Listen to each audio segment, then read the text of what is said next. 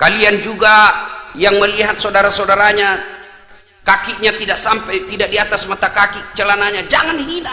Sama-sama kita sama-sama puasa, sama-sama sholat, sama-sama haji, sama-sama rukun Islam kita. Jangan saling mengkafirkan. Marah Rasulullah kalau melihat kita seperti itu. Cinta kepada Allah, nah, banyak juga yang mengkhianati Rasulullah. Begitu juga sebaliknya, taat kepada Rasulullah tapi mengkhianati Allah. Percayalah, orang yang cinta kepada Allah dan taat kepada Rasulnya, maka hidupnya akan mulia dunia sampai akhirat. Saya mau kasih contoh, Pak. Kurang apa Abu Lahab waktu itu? Abu Jahal waktu itu, Pak, tokoh masyarakat di Mekah. Semua orang kenal Abu Jahal, semua orang segan sama Abu Jahal. Tapi angkuh, pongah, sombong, dia merasa tokoh masyarakat, punya jabatan, punya segala-galanya. Akhirnya apa? Dia tolak beriman kepada Rasulnya. Apa dia tidak percaya kepada Nabi? Dia percaya kepada Rasul. Dia lihat mukjizat. Cuma apa yang sehingga dia tidak masuk Islam? Karena ada kesombongan dalam hatinya. Siapa lu Muhammad? Anak baru kemarin, gue senior. Apa? Akhirnya apa? Dia tolak kenabian Rasulullah. Akhirnya apa? Dihinakan oleh Allah. Sampai sekarang ini, mana buktinya Allah menghinakan itu Abu Jahal dan Abu Lahab? Sampai detik ini tidak ada orang tua satupun yang mau kasih nama anaknya Abu Jahal. Coba, hina, Pak. Tidak ada yang mau kasih nama Abu Jahal, Abu Lahab. Marah dia kalau disebut Abu Lahab, Pak. Padahal dia tokoh. Maka bisa jadi ada orang sekarang tokoh hebat, punya pengaruh luar biasa, tapi kau hina Allah, kau hina Rasulnya, tunggu hidupmu akan hina dunia sampai akhirat. Apa kelebihannya Abu Jahal waktu itu? Bilal waktu itu budak. Beda budak dengan pembantu, Pak. Ini banyak kekeliruan kita, menyamakan antara pembantu dengan hamba sahaya. Beda. Pembantu ada hak asasinya, pembantu dilindungi, pembantu punya hak kepada tuannya, pembantu digaji tiap bulan. Dia bisa berhenti ya. Kenapa? Cerewet betul istrinya, curiga terus sama saya. Bagaimana suaminya tidak nirit saya? Istrinya sudah tua, ngomel aja kerjanya. Saya seksi, sopan berbicara. Mau makan suaminya saya yang ngurus, mau tidur suaminya saya yang ngurus, mau mandi suaminya saya yang ngurus. Berhenti dia kerja pembantunya, berhenti saya kerja, ngomel aja kerjanya istrinya. Dia punya hak. Hamba sahaya, budak hak milik. Namanya hak milik, sama saya punya handphone, itu hak milik saya. Saya mau banting, saya mau bakar, saya mau lempar, saya mau kasih orang, terserah. Kenapa? Saya yang punya. Bilal budak hamba sahaya, Sumayyah budak hamba sahaya. Tapi ketika diintimidasi, dipaksa, Bilal, la ilaha illallah, hapus itu dalam keyakinanmu. Bilal, Muhammad Rasulullah, hilangkan dalam keyakinanmu. Saya kasih kau jabatan, saya merdekakan kamu. Bilal katakan, no way.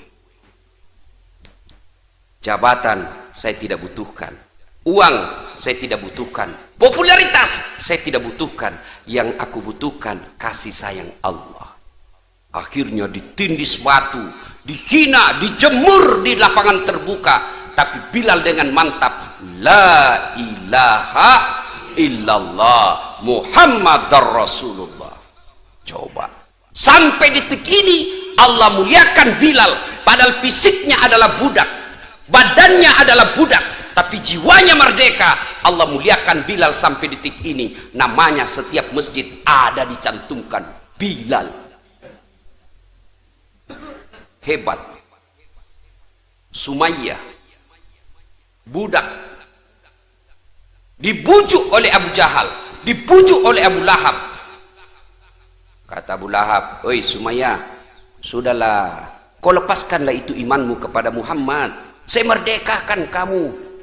Tapi apa kata Sumayyah? La ilaha illallah Muhammad Rasulullah. Akhirnya apa? Disiksa. Apa siksaannya? Ditangkap satu keluarga, anaknya, suaminya, dipendam dalam tanah sampai di leher, dijemur, tidak dikasih air. Tapi mereka sekeluarga mantap, la ilaha illallah Muhammad Rasulullah, tidak goyang akidahnya. Besoknya dibangunkan lagi, disiksa suaminya di depan matanya, disiksa anaknya di depan suaminya, di anaknya. Abu Jahal dia ambil itu apa itu pedang, lalu dipanasi sampai merah, ditancapkan di depan matanya anaknya, dikasih itu besi yang panas. Ibu mana yang tega melihat anaknya seperti itu? Tapi Sumayyah berkata, nak, saya cinta kepadamu, tidak usah khawatir soal cintaku kepadamu, nak, tapi cintaku kepadamu tidak boleh mengalahkan cintaku kepada Allah. La ilaha illallah. Mati akal ini Abu Jahal hadapi Sumayyah. Dijanji jabatan tidak mempan, dikasih duit tidak mempan, dikasih kemerdekaan tidak mempan. Sumayyah tetap mengatakan Muhammad Rasulullah. Akhirnya apa kata Abu Jahal? Sumayyah, saya tahu kenapa kau suka sekali Muhammad. Muhammad kan gagah, keren, cakep. Kau pasti jatuh cinta sama Muhammad toh? Kau pasti tergila-gila sama Muhammad. Marah Sumayyah, dia kumpulkan semua liur yang ada di mulutnya, dia ludahi Abu Jahal. Wah! Mukamu tidak lebih mulia daripada kotoran unta. Masya Allah, jengkel Abu Jahal, tokoh masyarakat yang dimuliakan waktu itu, dihina oleh budaknya. Lalu dia ambil itu tombak, dia tancapkan di perutnya Sumayyah, wafat dengan kalimat la ilaha illallah Muhammad Rasulullah. Esoknya suaminya menyusul. Tapi Allah janjikan orang seperti ini, kau mulia dunia sampai akhirat. Orang yang cinta kepada Allah dan Rasulnya, hidupnya tidak akan sengsara, hidupnya tidak akan hina. Kok ada itu Ustaz? Cinta kepada Allah, cinta kepada Rasul, kok masih hina? Bisa jadi cintanya kepada jabatan lebih mulia daripada cintanya kepada Allah dan Rasulnya. Ini yang pertama. Yang kedua, perintah serangka yang kedua, aqimis salah wa atus zakat. Dirikan sholat, tunaikan zakat. Saya yakin ini bapak-bapak semua rajin sholat, saya yakin. Tapi entahlah 20 tahun yang lalu, kan banyak orang Pak nanti pensiun baru rajin ke masjid. Iya Pak, nanti pensiun baru mau teriak-teriak Allahu Akbar. Mana kamu dulu? Setelah muka sakaratil maut baru Pak. Tapi masih bagus lah, masih ada usia-usia, masih mau menghadap kepada Allah, masih lebih baik. Dirikan sholat. Orang-orang yang menang menurut surah Al-Baqarah ayat-ayat pertama, ada beberapa kriteria mereka. Siapa yang hafal surah Al-Baqarah ayat 1 sampai 5? Ayo angkat tangan, saya kasih hadiah. Ayo, jawab ini tadi surah ayat pertama dari Al-Baqarah 1 sampai 5. Ya, 5 ayat pertama. A'udzubillahi minasyaitonirrajim. Alif lam mim. Dzalika hudal lil muttaqin alladzina yu'minuna bil ghaibi wa yuqimuna sholata wa mimma razaqnahum yunfiqun walladzina yu'minuna bima unzila ilaika wa ma unzila min qablik bil akhirati hum yuqinun ulaika ala hudan mir rabbihim wa ulaika humul muflihun. Sadaqallahul azim. Dia, Masya Allah, beda itu uang ustadz dengan uang Kapolres. Beda rasanya bos ya. Alhamdulillah.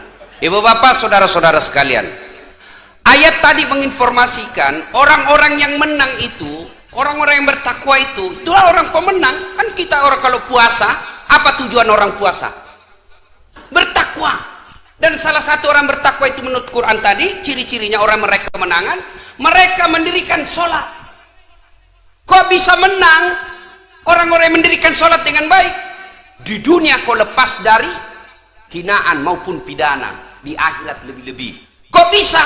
Kan agama mengajarkan dalam Quran, inna sholata tanha anil fahsya'i wal munkar. Sesungguhnya orang yang sholat itu menghindari dia perbuatan dari keji dan mungkar. Jadi di dunia orang yang baik sholatnya, insya Allah terhindar dari perbuatan pidana. Ayo lihat ajaran-ajaran sholat. Apa luar biasa itu kesimpulan semua dalam ajaran sholat. Mulai dari takbir, Allahu Akbar, kita besarkan Allah. Artinya apa? Orang yang baik sholatnya tidak akan membesarkan jabatan. Orang yang baik sholatnya tidak akan membesarkan kekayaan. Orang yang baik sholatnya tidak akan membesarkan popularitas. Tapi apa yang dibesarkan? Allahu Akbar. Jadi kalau orang baik sholatnya itu Pak, tidak pernah cemas soal dunia, tidak pernah galau soal dunia. Kenapa? Yang dia besarkan Allah Subhanahu wa Ta'ala. Tiba-tiba dimutasi, dia tidak pernah cemas. Itu. Coba lihat lagi ajaran sholat. Mana sah sholatnya orang yang tidak wudhu? Syarat sahnya sholat, satu diantaranya bersih dari najis dan hadas. Artinya orang yang mengamalkan sholat dalam kehidupan sehari-hari, hidupnya akan bersih. Maka saya heran kalau ada orang rajin sholat tapi hidupnya jorok. Saya heran kalau ada orang sholat tapi hidupnya tidak bersih. Maka orang yang baik sholatnya, insya Allah hidupnya bersih. Coba saya tanya lagi, adek-adek, sah tidak orang sholat kalau tidak tutup aurat? Sah tidak sholatnya orang tidak tutup auratnya? Tidak mungkin. Artinya apa? Orang yang baik sholatnya, auratnya dia tutup. Apa itu aurat? Rasa malu. Malu kita Pak kalau kelihatan auratnya. Artinya apa? Orang yang baik sholatnya, idealnya dia punya rasa malu. Malu dong kalau sudah haji tidak pernah datang nongol berjamaah di masjid. Malu dong kalau kita sudah mengaku diri umat Islam tapi anak gadis kita dibonceng bukan muhrimnya. Malu dong kalau anak kita sarjana tidak pernah nongol sholat jamaah di masjid. Itu punya rasa malu. Malu dong kalau pelat merah dipakai kendaraan siang-siang hari Ahad. Malu dong. Malu dong minta duit di pinggir jalan meras anak SMP. Itu orang yang baik sholatnya mestinya punya rasa malu. Coba kita pelajari itu ruku apa? Syarat sahnya sholat. Ada lagi syarat sahnya sholat, menghadap kiblat. Berarti orang yang baik sholatnya, apa hikmahnya menghadap kiblat? Fokus. Bekerja dia fokus. Tidak kesana kemari dia pikir sembarang. Orang yang baik sholatnya mestinya bekerjanya fokus. Ini fokus ini orang modern bilang profesional. Orang yang baik sholatnya mestinya menghadap kiblat juga salah satu hikmahnya. Kalian ukhuwamu, tinggikan persaudaraan. Ini di masjid coba lihat persaudaraan Pak. Orang yang rajin sholatnya insya Allah persatuannya kuat. Mulai saja dari takbir kita diajarkan, mulai dari bacaan sholat kan sama semua.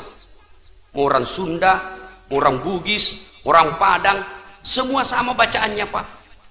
Tidak mentang-mentang kita ini Bhinneka Tunggal Ika, sholat pakai bahasa masing-masing.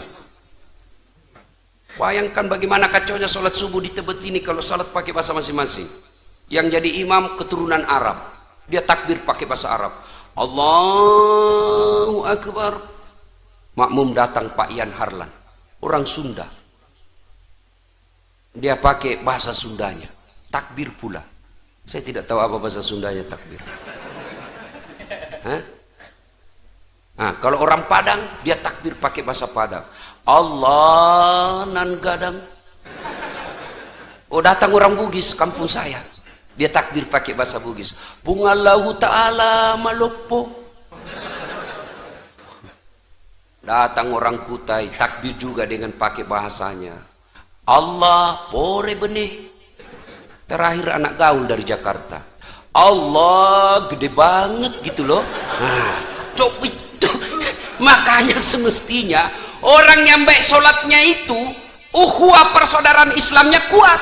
Dia tidak perhatikan apa manhajnya dalam dakwah.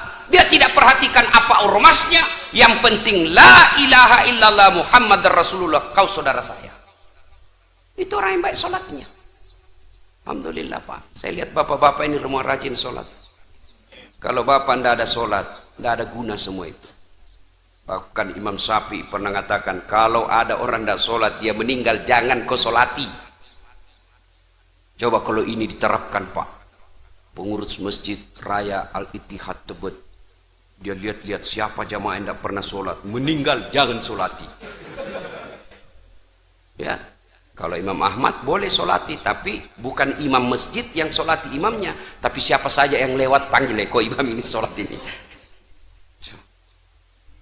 Ada orang takut betul sama manusia, tapi tidak takut kepada Allah. Saya tanya ini, ibu, siapa yang punya dunia? Siapa? Allah. Kita cari nafkah dari pagi sampai malam, itu untuk dunia, ya kan? Bapak kerja itu kan untuk supaya Ustadz, supaya bisa beli kendaraan, supaya punya beli rumah, kendaraan, TV, handphone, itu dunia.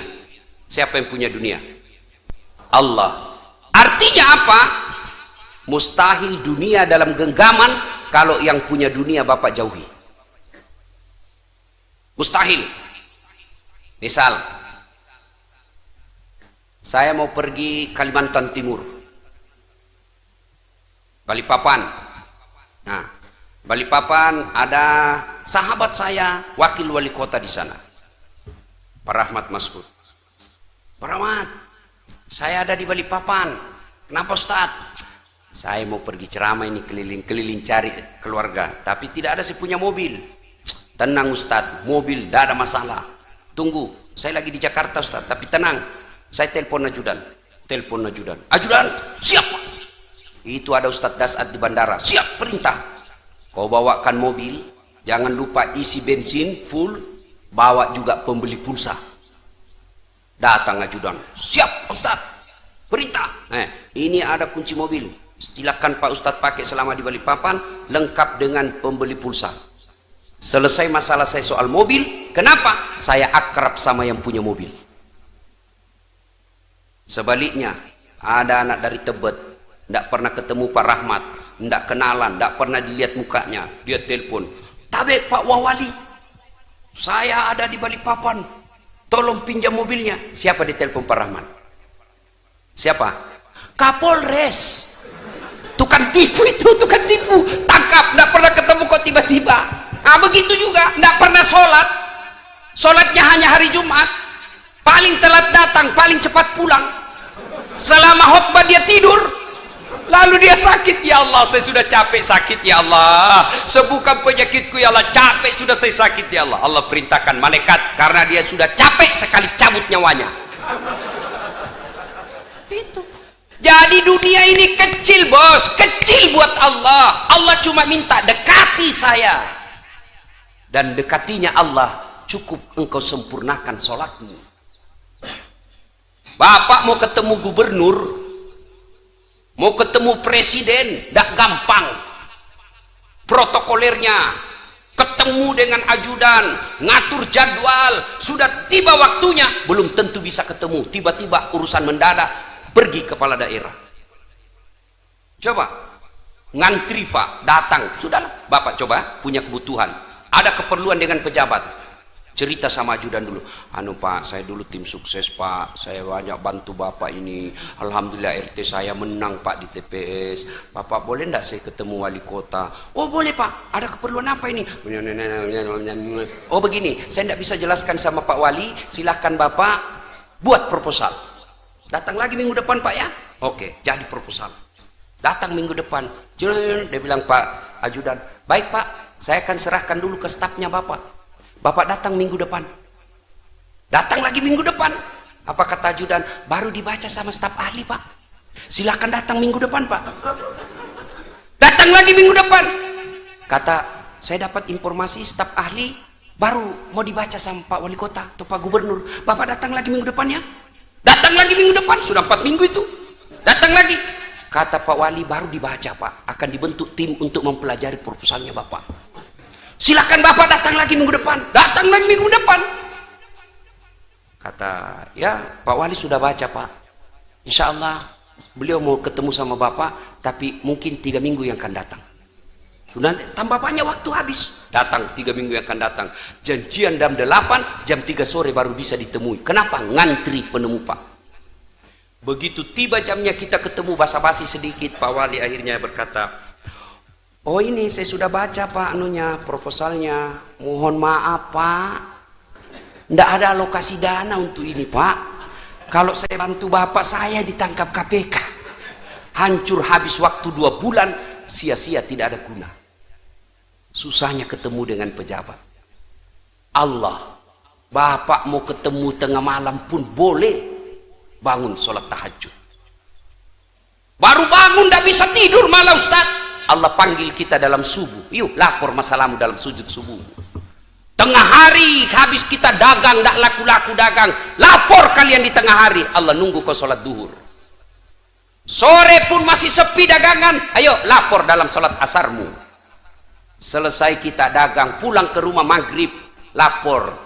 Mau tidur pun silahkan lapor sebelum dalam isya. 24 jam Allah boleh ditemui. Itulah sholat 5 waktu. Jadi kalau adik-adik sekalian mau sukses, tidak usah cari muka sama manusia.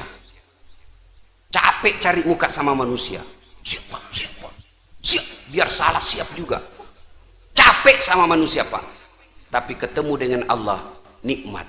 Pun kalau ada yang kau minta, belum dikabulkan Allah, ada beberapa hal. Satu diantaranya, bisa jadi sholatmu main-main.